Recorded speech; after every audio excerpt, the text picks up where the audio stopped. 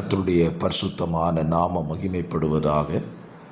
ஆசீர்வாதமான ஒரு நல்ல காலவேளையிலேயும் பாளையங்கோட்டை இந்திய தேவ சபையிலிருந்து காலை மன்னாவை உங்களுக்கு வழங்குவதில் மிகுந்த சந்தோஷம். இந்த நாள் ஜூலை மாதம் 17ஆம் தேதி வியாழக்கிழமை காலவேளை. இந்த காலவேளையிலையும் தேவனுடைய வசனம் நம்மை அவருக்கு நேராக நடத்தும்படி நாம் ஜெபிப்போம்.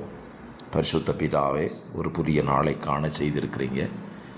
இந்த நாளிலே உம்முடைய கிருபையும் உம்முடைய நன்மையும் நாங்கள் அனுபவித்து கர்த்தரை மகிமைப்படுத்த இந்த காலவெளியிலே கர்த்தர்களுக்கு உதவி செய்யுங்க. இந்த நாளிலே தன்னுடைய நல்ல நாட்களை சந்திக்கிற நம்முடைய பிள்ளைகளை மனதார வாழ்த்தி ஆசீர்வதிக்கிறேன். இந்த காலவேளை தியானமும் எங்களுக்கு ஆசீர்வாதமாக இருக்க உதவி செய்யும்.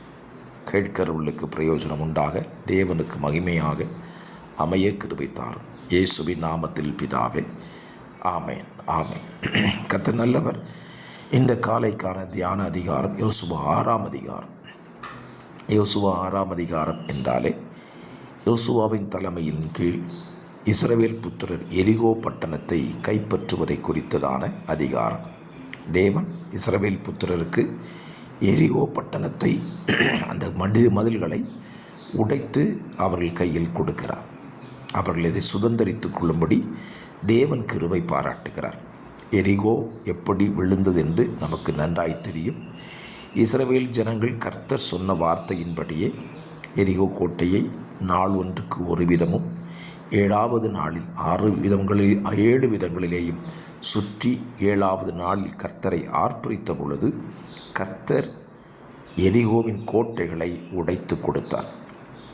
இதை நாம் அறிந்திருக்கிறோம். இந்த சம்பவத்திலிருந்து நாம் ஒரு காரியத்தை கற்றுக்கொள்ள இந்த காலங்களிலே கர்த்தர் நமக்கு உதவி செய்வாராக.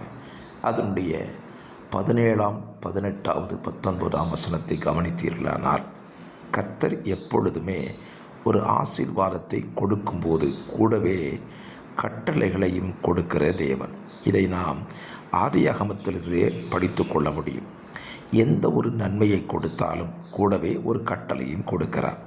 நாம் பல நேரத்தில் கொடுக்கிற நன்மைகளை கவனிக்கிறோம், கட்டளைகளை கவனிக்க மறந்து விடுகிறோம். பாருங்கள், ஆண்டவரை இயேசு கிறிஸ்து செய்த அற்புதங்களிலே சில இடத்துல சொல்லுகிற வார்த்தை கவனிச்சிருப்பீங்க.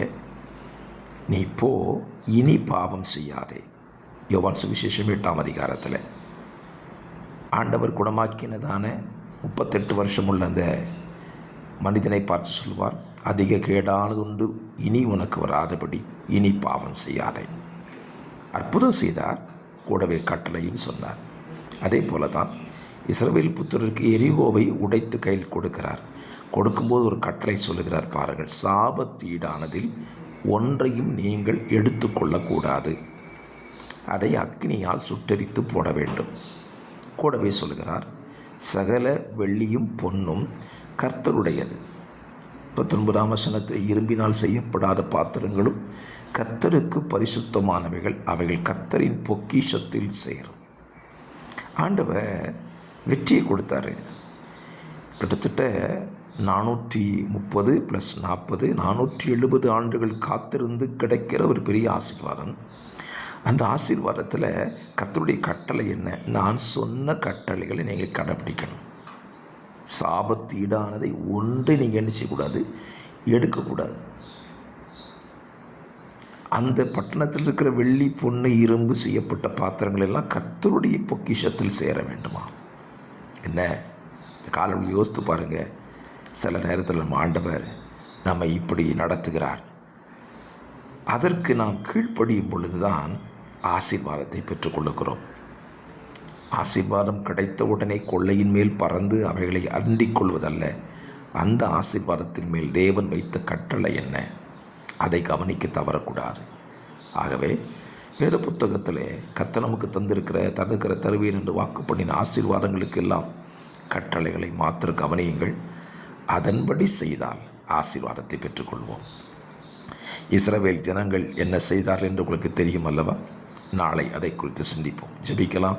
பரிசுத்த பிதாவே, நீர் எங்களுக்கு தருகிற எல்லா ஆசீர்வாதங்களிலேயும் கட்டளைகளை கவனித்து அதை கை கொண்டு நடக்க எங்களுக்கு கிருபை தாரும். இரட்சகராம் இயேசுவின் நாமத்தில் தாழ்மையோடு ஜெபிக்கிறேன். ஜெபம் கேளும் நல்ல பிதாவே, ஆமென்.